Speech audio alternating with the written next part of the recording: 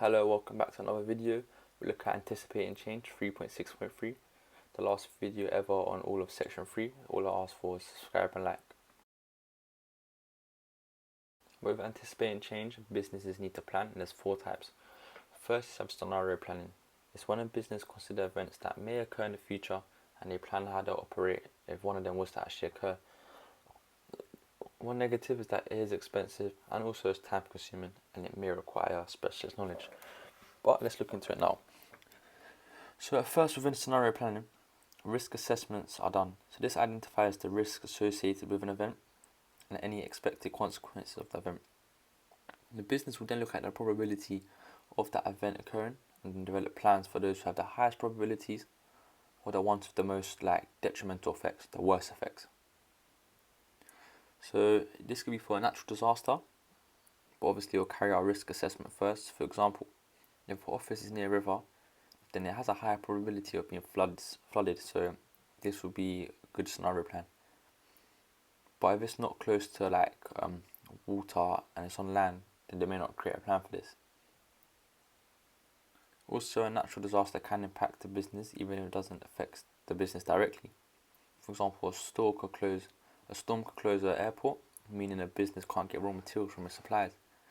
So it causes both businesses to lose money and just lower productivity. So therefore that could be another reason why businesses plan. They can make a scenario plan for hacking attempts, or the failure of the IT system. They need to make sure that it's always in place, because nowadays that everyone and businesses always rely on stuff like this. So any problems can have a negative image. Also, a scenario plan may be made for losing a staff member. Some staff members are key members of a firm, and losing them create problems. I'm not going to go into depth on that one because there's another planning about that in a minute. But make sure you know what scenario planning is, 3 disadvantages, and just the 2 examples of a natural disaster and the IT system and hacking one.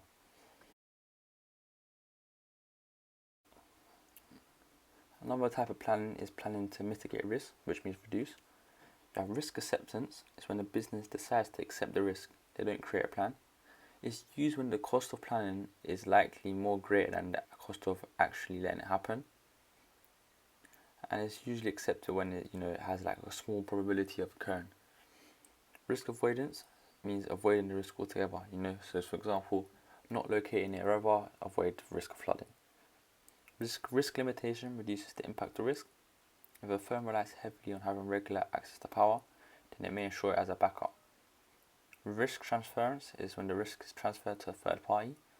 For example, a business may insure against theft for an external firm, so the negative effects will be faced by the external firm rather than the business.